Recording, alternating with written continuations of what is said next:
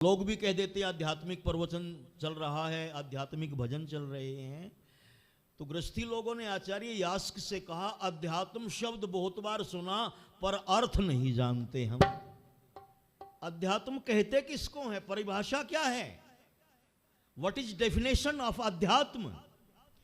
तो आचार्य यास्क जो है बड़ा सुंदर उत्तर देते हुए कहते हैं, दुनिया के लोगों, अध्यात्म उस प्रक्रिया का नाम है, ध्यान से सुनना माताओ, बिल्कुल सरल बात कर रहा हूं।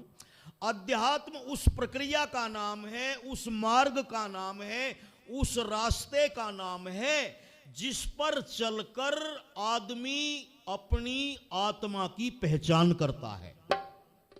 नई बात आई समझ में, आ गई ना।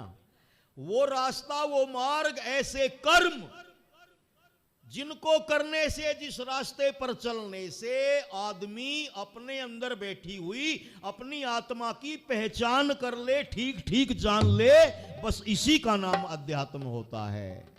और जानना क्या है, तीन चीजों को तो जानना है हमें संसार में आकर। ये क्या है, मैं क्या हूं, और वो क्या है, ये प्रकृति क्या है, मैं आत्मा क्या हूं, और वो या ये परमात्मा क्या है। पर शरीर को ही हम आत्मा समझे बैठे हैं। मैं कौन हूं, तो मैं का अर्थ शरीर से लेते हैं लोग। आत्मा के बारे में कुछ चिंतन मनन है ही नहीं। एक लड़के से पूछा, मैंने कहा भैया तुम कौन हो, सवाल देखो मेरा क्या था, भैया तुम कौन हो। इसने कहा जी मैं रमेश हूं। मैंने कहा रमेश ये तुम्हारा क्या है, कि ये मेरा सर है, ये बोला ये मेरी आंख है, ये मेरे हाथ हैं, ये मेरे पैर हैं। मैंने कहा रमेश ये तेरा सर, ये तेरी आंखें, ये तेरा नाक, ये तेरे हाथ, ये तेरे पैर, भैया तू कहां है। समझे मेरी बात को, ये सब कुछ तो तेरा है पर तू कहां है। देहाती सी भाषा में कहने लगा जी यू सारा सौदा मिल करके ही रमेश बनया है।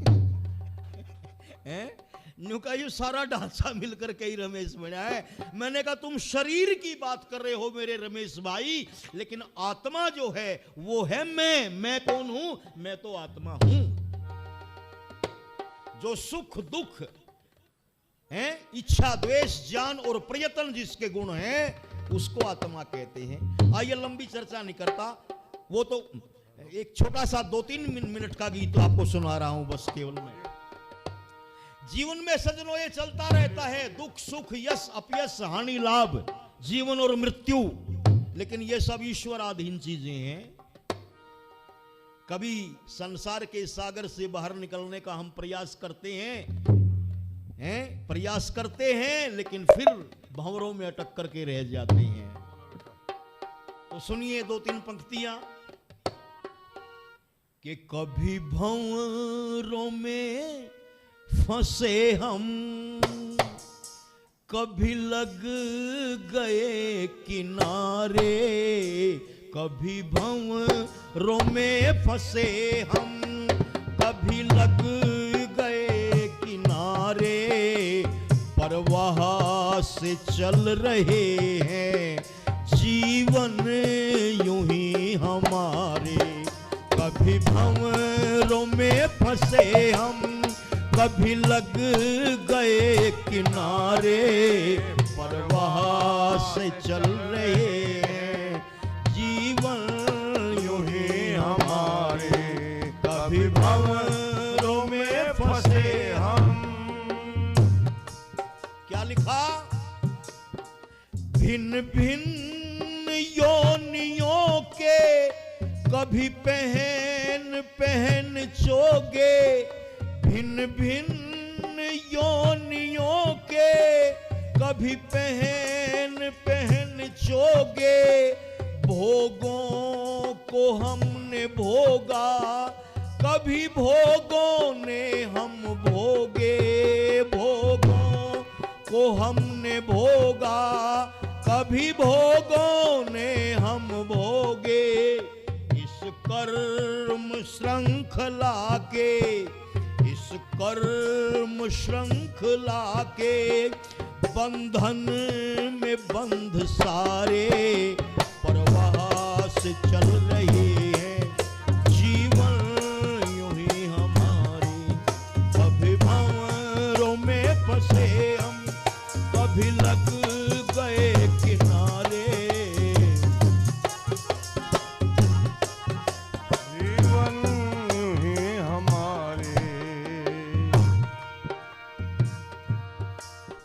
कई बार पहुंच करके मंजिल से गिर गए हम, कई बार पहुंच करके मंजिल से गिर गए हम, गिर कर के घिर गए हम, उठ कर के फिर गए हम, गिर कर के घिर गए हम, उठ कर के फिर गए हम।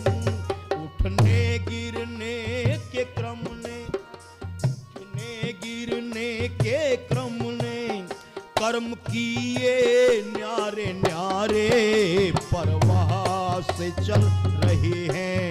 जीवन यूं ही हमारी, कभी भंवरों में फंसे हम, कभी लग गए किनारे, प्रवाह से चल रहे हैं।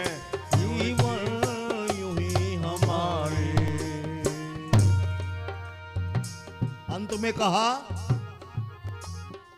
अल्पज्यता के कारण हम दुख भर रहे हैं, मर मर के जी रहे हैं, जी जी के मर रहे हैं। अल्पज्यता के कारण हम दुख भर रहे हैं, मर मर के जी रहे हैं, जी जी के मर रहे हैं। हम शोभाराम प्रेमी, हम शोभाराम प्रेमी, सर्वज के सहारे प्रवाह से चल रहे हैं।